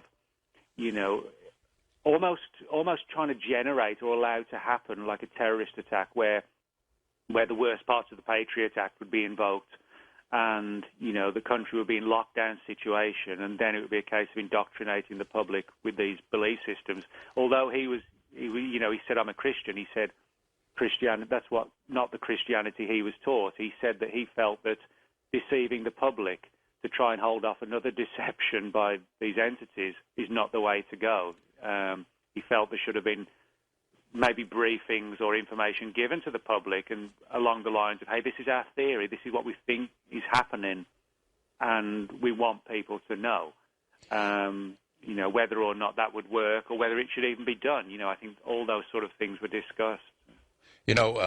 Nick, we go to these UFO conferences. You go to more of them than I do, but you hear these stories occasionally of abductees who invoke the name of Christ or some biblical passage as a way to ward off the purported aliens that are coming after them. And I never gave them too much credence. Didn't seem to me like aliens would worry about Christian dogma or beliefs. Now, I guess in this context, maybe that makes sense. Do you give any credence to that? Well, technique? There's several things I can say about that. One of the people I interviewed for the book was a man named Joe Jordan. Joe's a safety specialist at NASA's Kennedy Space Center, and he developed an interest in UFOs, and particularly with the whole abduction angle. Now, one of the things that Joe now has a very good website where he collects reports and publishes them of people who've claimed alien abduction experiences and who've been able to stop them by calling out the name of Jesus, and saying basically stop or go away. I think we could look at this in two ways. Certainly from the Collins elite's perspective, this will be right in line with what they're saying. Now, I think that if these are or some sort of entity that interacts with us, and they understand and perhaps can even get inside our minds, if we put up a barrier to them, maybe that actually prevents them. So, calling out the name of Jesus for somebody who is a deep Christian would possibly work because it would put up a barrier where the person actually believes, Jesus will stop this. And if these things are trying to get into our minds, then that may work. In the same way, somebody else calling up, Buddha or whatever, that may work because they're using the full force of their mind and their belief system to cast out these entities that are trying to get in their mind. So I think we could look at it from that perspective as well, that any sort of powerful thought of just stop, get out, could work if these things exist in like an altered state where they don't necessarily interact with us always physically, but possibly on a mind-to-mind basis. Just that jolt of us saying, be gone, and invoking any sort of entity or deity, if you like, might actually work. It doesn't necessarily mean it's that deity actually achieving it. It could be just the force of the person's sheer will and their belief system that causes the abduction or whatever to come to an end, I think. Well, whatever works in a situation like that. Still plenty to talk about. I'm curious whether there's a Nazi angle on any of this. The Nazis, of course, very interested in the occult, and I wonder if and of course they brought a lot of the rocket knowledge, whether they crossed paths with Goddard or any of those other folks, and a lot more to come, and we'll be opening up the phone lines for your questions for Nick Redfern and about his new book, Final Events. Stay with us on Coast to Coast AM. Coast AM. Coast AM. Coast AM. Coast AM. Coast AM. Coast AM. Coast AM. Coast AM. I want to thank all of you for not fading away, staying with us for the fourth hour of this program. Fascinating discussion with Nick Redfern about his new book, the working title being Final Events. You know, there's a lot of weird and unsettling stuff in this book. One thing that jumped out to me, and it's not even about demons, it's a passage, the information comes from a guy named Victor Marchetti, who's a former high-ranking CIA official who became a whistleblower. And according to Marchetti, during the late 1960s, the CIA experimented with mediums in an attempt to contact and possibly debrief dead CIA agents as part of a larger program to involve psychic mediums and things of that sort to contact the other side. Somehow that is not surprising, but I had never read it before. When we come back, we jump into a lot more stuff with Nick Redfern. In particular, I want to ask him about whether the Nazis pop up in any of the stuff about searching for demons by our secret intelligence agencies. Stay with us here on Coast to Coast AM. Nick Redfern, this one reference in the book that to the statements of Victor Marchetti, where he talks about the CIA trying to possibly debrief dead agents. Did that surprise you? Georgia, what was going on at that time? It doesn't, because although it sounds strange, in this same time period, the CIA was also funding a group called Operation Often. And Operation Often wasn't linked with UFOs, but it was linked with a whole study of the occult world. And again, the idea was to try and determine if things like Ouija boards and seances, etc., could be used as a means to, for an espionage perspective, if you like, to spy on the enemy. You know, could we actually, as they were talking, contact dead agents, the souls of dead agents, and kind of, I guess, transport them to the Kremlin to spy in filing cabinets and things like that. It sounds bizarre and wacky, which it is, but I think that what it demonstrates is that there's sort of no area that's out of bounds for the intelligence community when it's prepared to look at alternative ways of gathering intelligence data. They don't write anything off until they know for sure. And well, the go ahead. important thing to note is, that because they did research into these areas doesn't necessarily mean it always worked. It was just a case of looking at new and novel ideas and trying to determine if it could work. And if it didn't, it was just one of those things that they probably preferred to forget about. So they're just being thorough. Yeah, I think that's a lot of it, yes. Yeah. Tell me this. I mentioned this in the tease, sort of about coming back to the program. Did the Nazis ever pop up in this? We've read so much about their interest in the occult. We know that they brought a lot of German scientists over to work on our rocket program. Any connection?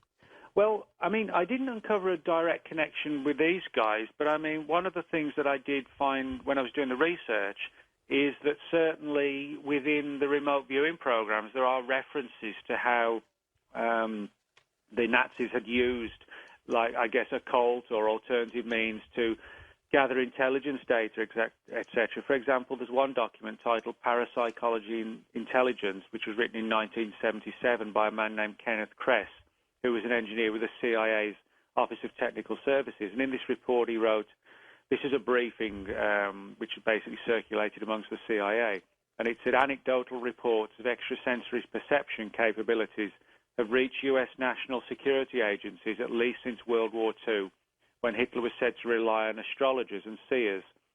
Suggestions for military applications of ESP continued to be received after World War II and through 1952.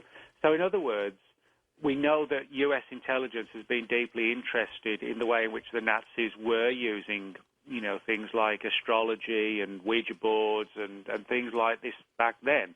What we also know is that in some capacity that's not still fully recognized or understood to the extent it went on, British intelligence actually for a while employed Aleister Crowley, because Crowley was sort of steeped in this area and they knew that the Nazis were.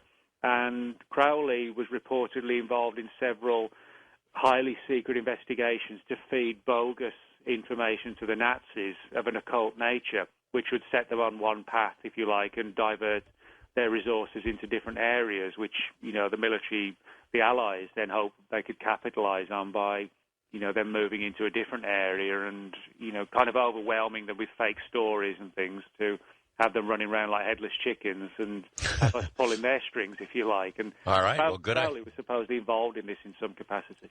Well, good idea, I would say. We're going to the phones, Nick. East of the Rockies, Jonathan in Georgia. Good morning, Jonathan. Good morning, gentlemen. Hey, Jonathan. Sounds like we need Hellboy. Hellboy, that's good. Yeah. Guys, I don't know. I think we tend to easily slap the term evil on things we don't understand, things we don't fear, and we get caught up in semantics when it comes to demons. I sarcastically mentioned Hellboy. He was a demon, a good demon. Who we live in a predatory world, maybe even a predatory universe, when we see things out there that might feed off of us, our energy. You say these aliens are harvesting souls. Are they using our souls for energy? And what's this alien hybrid program? It seems like that's a topic that's often discussed on this program, and it seems like the primary agenda of these aliens, or many of the groups of these aliens, to create more advanced beings, soul vessels, what have you. Are they doing that to create better food for themselves, or what?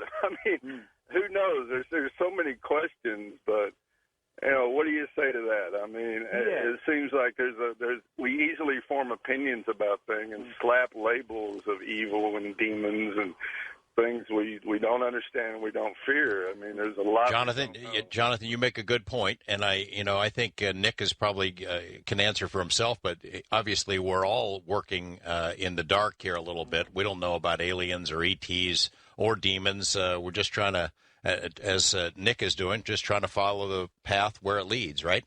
Yeah, what I would say, Jonathan, I actually fully agree with you that, that labels do get sort of bandied around way too much.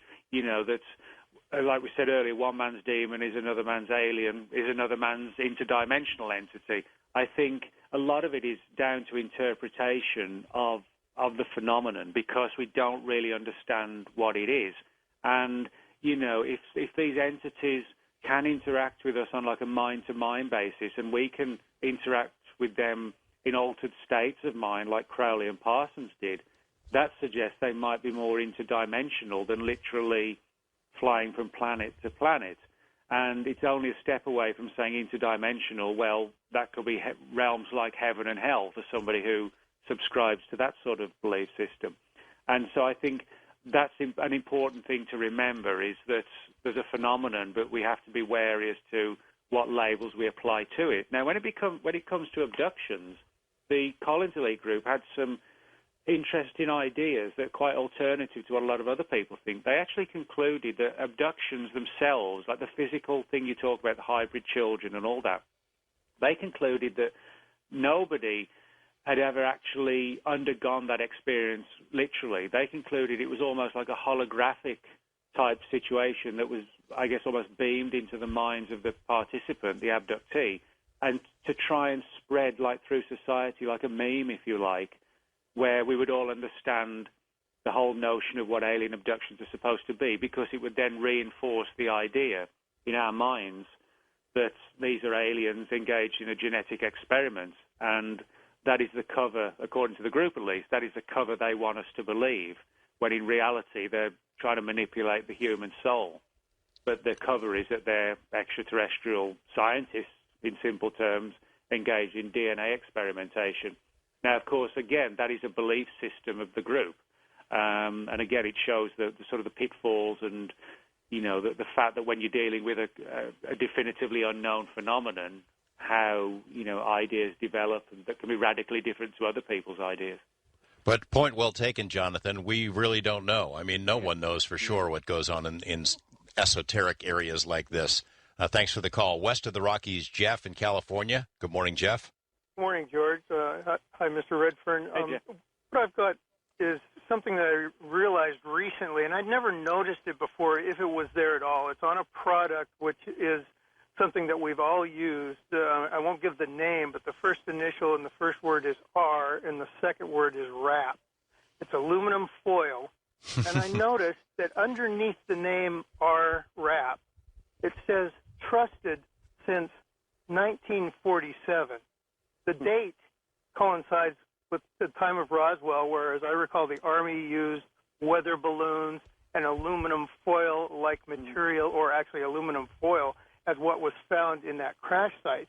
And in the parallel of this, I believe that the disinformation campaign, having just seen this and not remembering that trusted, especially the word trusted, since 1947 on this product in the past, with all the attention to UFOs at this point in time, I wonder if they're kind of retroactively trying to do a disinformation campaign, along with the fact that aluminum foil can be used to deflect electromagnetic signals. Some people make hats out of them.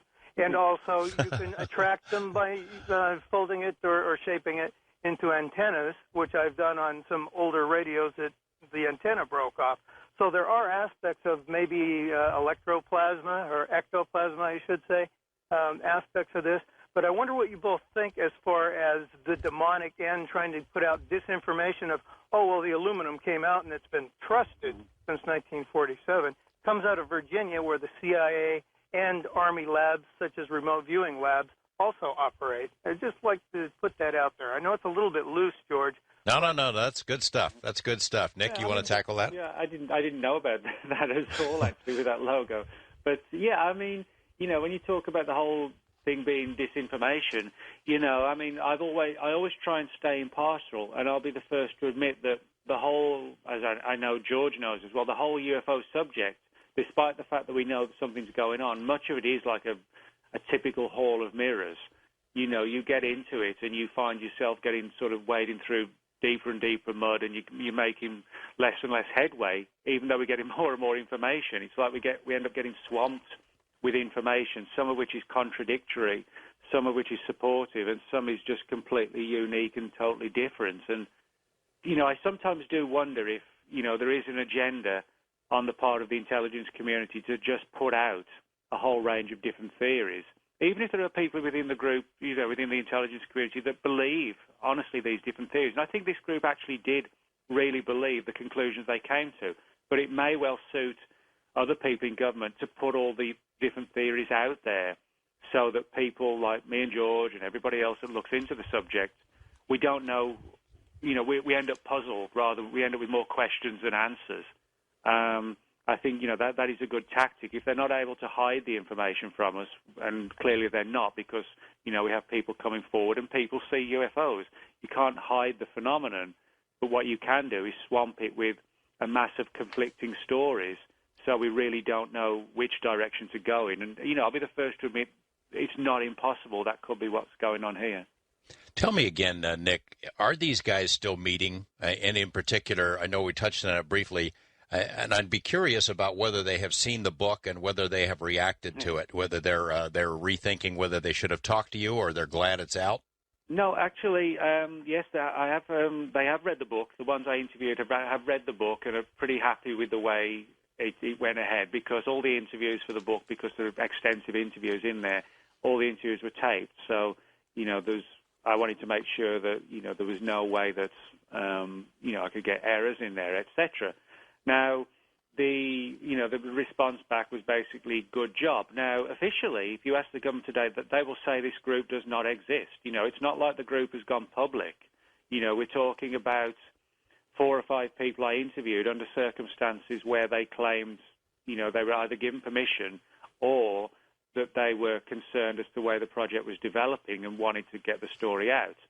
But from their perspective, they had no problem with it. Now, of course, the big question is whether or not there's another agenda behind the scenes and somebody was pulling their strings to get the story out, and they weren't the innocents that they appeared to be. You know, but they had no problem with the book. Now, what that means, you know, it's either, yes, he's put that story out there and let's see what happens and what the response is, and maybe then we'll go to the New York Times or whatever, or it may be, yes, guys, we've done a great job and we've confused the subject even more, which is precisely what we wanted. You know, I truthfully, again, trying to be impartial, I know sometimes people want a black and white answer, but unfortunately, if I tried to give a black and white answer, you know, I'd be deceiving myself as well. You know, all I can do is offer the scenarios, and I think it is one of those two. But I do come more, maybe people would say I would come more down to the perspective that they were being honest with me, because I got to know the people. And so from that respect, I think they were being truthful in their belief system, but whether their belief system is correct, that's the big question. We're going to try to take one more call. Michael on our wildcard line. Michael in California, go ahead and ask your question, and if need be, we'll come back after the break and get the answer. Okay. First of all, hello to you and your guest. Good morning. Hey, Michael. I had a comment about the ritual summoning that happened in the early stages concerning, I guess, like the government when they were trying to summon these aliens. I don't really know too much about like the demonic summoning rituals, but I do know that they're very specific and they require certain things to be done and certain things not to be done. So is it possible that these government agencies, they didn't follow the rituals to the letter, and there are dire consequences to not following the rituals to the letter? Yeah, that's actually a good point. I mean, some of these rituals, we're not talking about somebody in an office sort of closing their eyes and then saying, come on down. Some of these rituals were sort of week-long ones, some of the ones that Parsons and Crowley engaged in, where you would have to fast and, as I said, they would ingest, various substances, psychedelics, all sorts of things. Now, according to the people in the project, when there was an active arm of the project was trying to contact these entities, I mean, the Collins elite seemed more along the lines of trying to expose it and warn people and had a concern about it. There seemed to be possibly offshoots of it, like the people that Ray Boucher spoke to, who were actually trying to invoke it and work with these entities, or enter, as one of them said, like a Faustian pact with them. Now, in those cases, it does seem that they were engaging in some of these rituals, and I think the fact that we know for a fact that they told Ray, for example, that about some of the books that he should be consulting because they would shed further light on what was going on. And these were like ancient books on demonology from the 1500s and the 1600s and how to conjure up demons. And these were people in the Defense Department who were referring these books to Ray.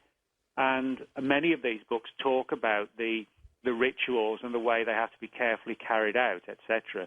So in other words, I think that if they did engage in these rituals, because they had such an extensive background on ancient texts going back hundreds of years, they probably did follow the rituals as closely as they could, bearing in mind that, they were in offices in the Pentagon or whatever and were sort of, limited by, I guess, the working day and things like that. Well, I guess if you believe the photos that were shown to your friend Ray, that somebody invoked it and didn't do it right, or maybe they did it right, but these things came through and killed people. So I don't know if that's exactly was according to plan or not. No, that's actually a grey area. Was it the case that the people were killed, and this was an example of a successful invocation, of killing people remotely? Or, as you say, did something go wrong in the summoning and they died as like a negative backlash, from these entities? That's again one of the sort of, no pun intended, gray areas. And Nick, did you get a sense that after those people died in those experiments or those intended invocations that they kept doing it, or they stopped? Well, Ray's people who approached him, these two whistleblowers, they seem to have certainly got out of it. They didn't like the way it was going, but it seems they left the project. It wasn't the case that they were speaking to Ray because it closed down. So although it's admittedly, it's a hypothesis, it seems to be the case that it carried on because, had it closed down, everybody would have, I don't think they would have used the words, we left the project. All right, good calls from Jonathan, Jeff, and Michael, and we're listening to Mike and the Mechanics taking us into the break. We'll be back with as many of your questions for Nick Redfern as we can get to here on Coast to Coast AM. We're talking with Nick Redfern about his new book, Final Events and the Secret Government Group on Demonic UFOs and the Afterlife, the Collins Elite. Back with more of your questions, as many as we can cram in our final segment, coming up here on Coast to Coast AM. Back to the phones with your questions for my guest, Nick Redfern. We're going to Douglas in California on the wildcard line. Hi, Doug. Hey, this is the first time talking to you, Mr. Knapp, and it's an honor. Of course, I talk to Nick Redfern most every time he's on Coast to Coast. So, hey, Mr. Redfern, how you doing? Hey, Doug, how's it going? Good. Always good to talk to you. And just wanted to bring up, as always, my angle as a former Department of Defense research librarian. My main responsibility was document destruction. And the way that touches on the subject, and I certainly want Mr. Redfern's opinion on it. And if he wants more details from me, because I don't want to take up too much time, he's always welcome to call me. I can always leave my number, with Miranda. But okay. Definitely, I used to work specifically for Lieutenant Colonel Michael Aquino. He retired as a full bird colonel, and he was the founder of the Temple of Set, the satanic temple in San Francisco. And he was a full-fledged Defense Intelligence Agency officer working on base. And he used to wear full pancake makeup and clipped eyebrows and all the rest of that, a very severe widow's peak. He got away with looking like a vampire while in full uniform because he was essentially a satanic chaplain. And it was he who pioneered the way for pagan and Wiccan chaplains to be finally accepted into the military.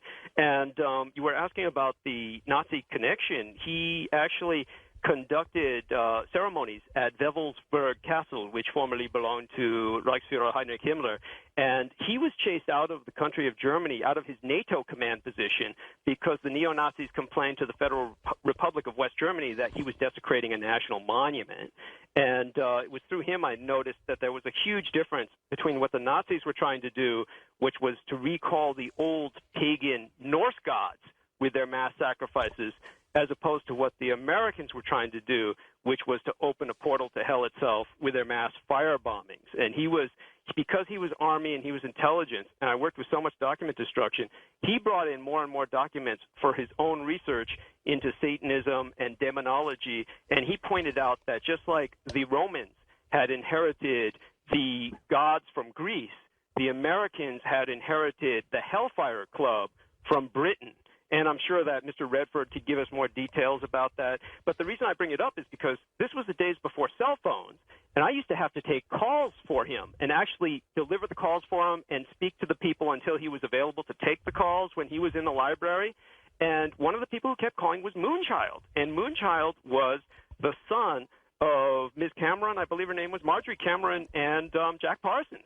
And Moonchild told me that his mom, what happened was our boy L. Ron Hubbard was making out with Mr. Parsons' wife, and when Marjorie showed up after the attempt to summon the Whore of Babylon in the Mojave Desert, that she showed up on January 18th, 1946, and L. Ron Hubbard told Jack Parsons he should have the Antichrist child with her, because at that time, later on, Jack Parsons wrote the Book of the Antichrist before his death in that mysterious mercury fulminate explosion. And he was titling himself the American Antichrist, the way that Crowley was the British Antichrist. Well, Doug, you touch on some points that Nick definitely, you get into some of this stuff in this book. Doug, you know your stuff.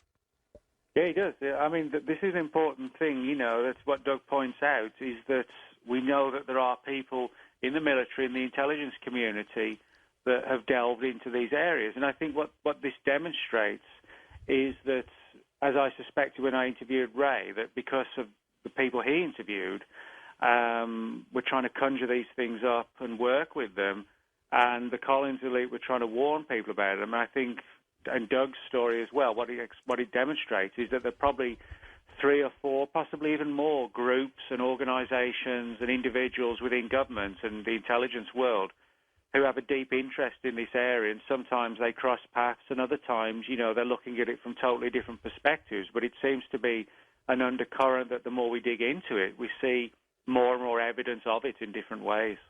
Isn't there a reference to Moonchild in your book? I seem to remember reading that today. Something like Moonchild, or is... Well, actually, this sort of relates to Parsons' whole thing, of conjuring up elementals, etc.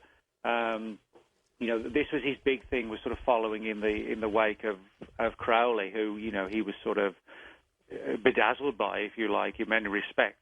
But it all comes down to, the notion of trying to conjure up these ethereal entities, if you like. Douglas, you should leave your name and number with Miranda. I got a feeling that Nick might want to have further conversations with you. It sounds like you travel in... He travels in some interesting circles, doesn't he? Yes, he definitely does. All right, thanks for the call. Wildcard line, Jason in California. Good morning, Jason. Hey guys. Hey, Jason. All right, I have okay, Nick Redfern. Do you know there's a book written about you, about where you grow, where the red fern grows? Have I heard of the book? I've heard of it. Yeah, I've never read it, but that wasn't one of my books. And George, I hope you don't take a nap. Yeah, you're hilarious. Did you have something other than wordplay? Yeah. I want to know if Nick has used night vision goggles and seen, you have Ed Grimsley. Do you know who Ed Grimsley is? No. He does night vision goggles where you can see things you can't see. Do you know what I'm talking about? Yeah, Ed Grimsley goes out with night vision goggles and uses them and points them to the sky. And George Norrie's been out with him and apparently have seen all kinds of what look like craft, even battles in the sky. This is not really the topic of Nick's book. Do you want to relate it to this conversation, Jason? No, I know David Icke and David Wilcock talk about reptilians and those kind of evil demons, aliens. I want proof. What I want is proof. What is the closest thing to proof you have? I mean, like, insurmountable, like undeniable proof. Well, yeah, that would be nice because we have so much of that in the UFO field, right, Nick? Yeah, exactly. I think the proof we have so far is a tremendous amount of witness testimony, radar reports, pilot encounters, government documents, which is all, in my view, demonstrative of a real phenomenon. What we don't have in the public arena is the hard evidence. I'll be the first to admit that. And if that evidence does exist, that's still hidden behind closed doors. We agree with you, Jason. Thanks for the call. We wish we had the proof as well for all of this stuff. Dan in New York. Good morning, Dan. How you doing? Yes, good evening. I called before. You told me to call back when Nick was on. Okay. Yeah, I'm just going to mention three things. One you've heard before, and the other two you haven't. But to Nick, one thing is that the Bible is clear that demonic forces are spirits. And that's what it says there in the scripture. I was reading it earlier. And MUFON did an extensive study back in the 90s that these ETs definitely have flesh and bones. They were using it to describe, in the connection between that and progeria. And in the case of Roswell, again, flesh and bones. Jesus said in Luke 24:39, spirits do not have flesh and bones. So we're dealing with aliens. We're not dealing with the demons, because I do not believe at all that UFOs are demonic. They're not fallen angels. And the flesh and bone argument is one strong thing that I have to offer, that these ETs have bones, they have flesh, and demons cannot have that. Secondly, I said three. Secondly, this back engineering, I believe Corso, Stanton Friedman and Kevin Randall spoke about reverse engineering as well. And Don Phillips from the CIA contractor also mentioned some of the devices. I don't think anybody who's have the Christian faith is going to say, gee whiz, I'm using the tools of the devil, the transistor radio and laser surgery. I don't think anybody is ready to say that these back engineering devices came from demons. And the other thing is, they cannot grab people's souls, because once you pass away, if you're a Christian, if you will, your soul goes to be with Christ. And if you're not a Christian, you're going to face judgment. Demons cannot get your soul. That's reserved for God. He's in charge of that. And there's so many other things, the medical factor, power failures, and so. Well, hey Dan, why don't we stick to these for right now? That's a lot to chew on. Yeah, I mean, that makes good points. The only thing I would say, of course, is that there are countless religions out there that believe different things.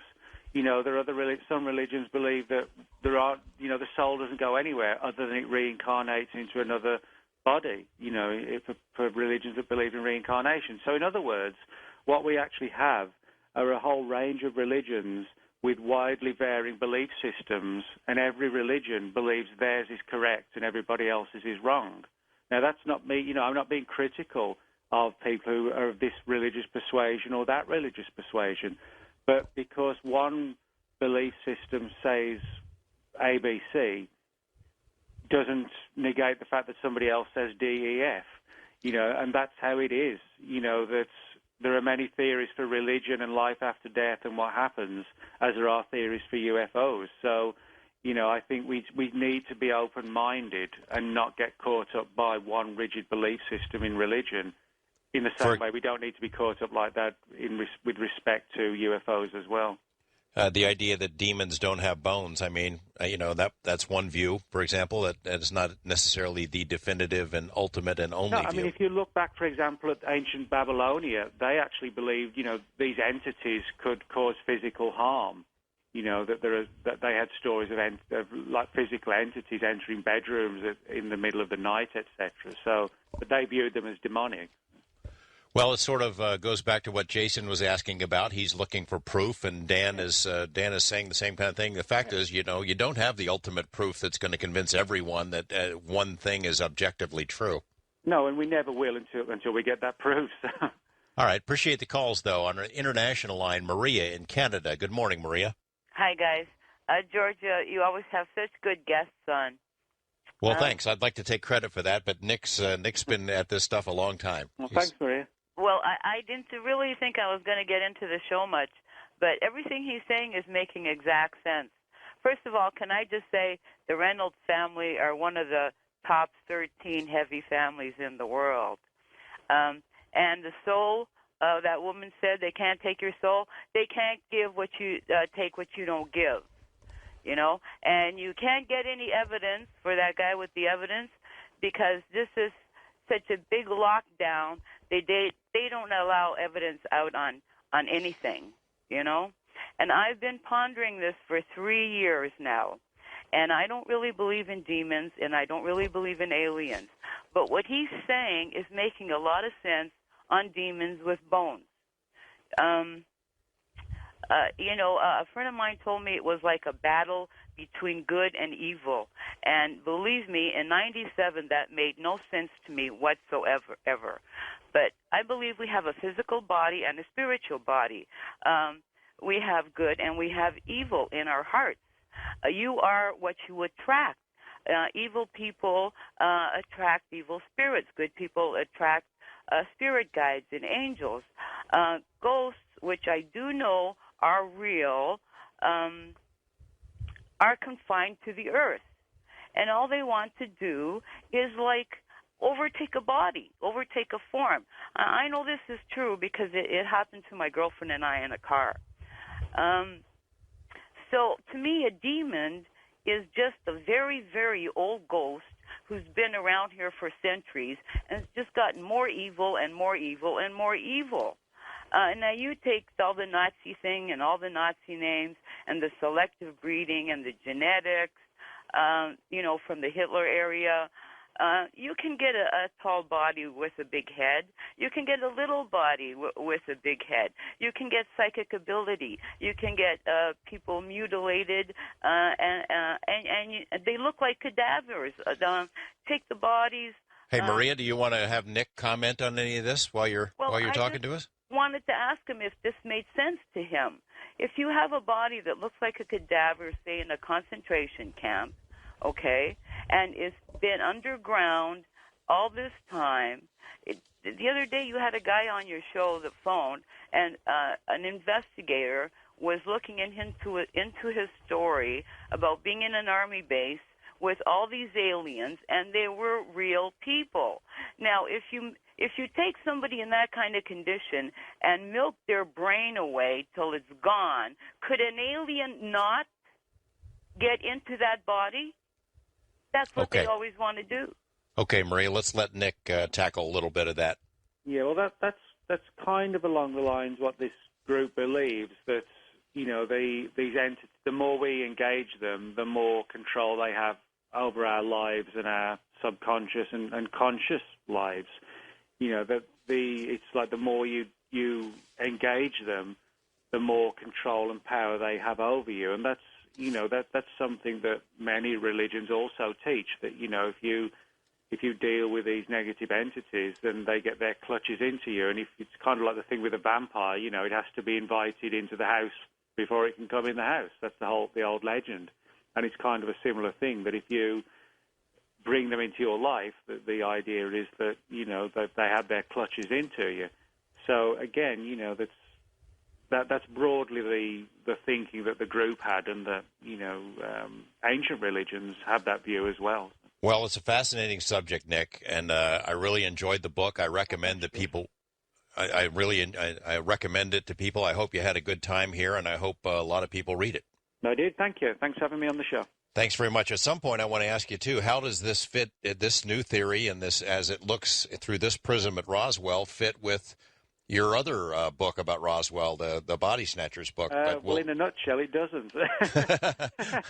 I think this is, again, you know what I mean about this sort of hall of mirrors, where one person is giving you one story and somebody's saying something else, and the Air Force is saying it's weather balloons. We just need to keep digging and try and determine which is the true story of the true stories we're being given. Absolutely. And what's the cliche about consistency is the hobgoblin of small minds, something like that. There you go. Thanks very much, Nick. The book is called Final Events and the Secret Government Group on Demonic UFOs and the Afterlife, and I recommend it. It's a thought-provoking book. I would like to say this in our last couple of minutes here. Our thoughts and prayers go out to our friend and colleague, Bud Hopkins, who's been on the program many times. I interviewed him earlier this year.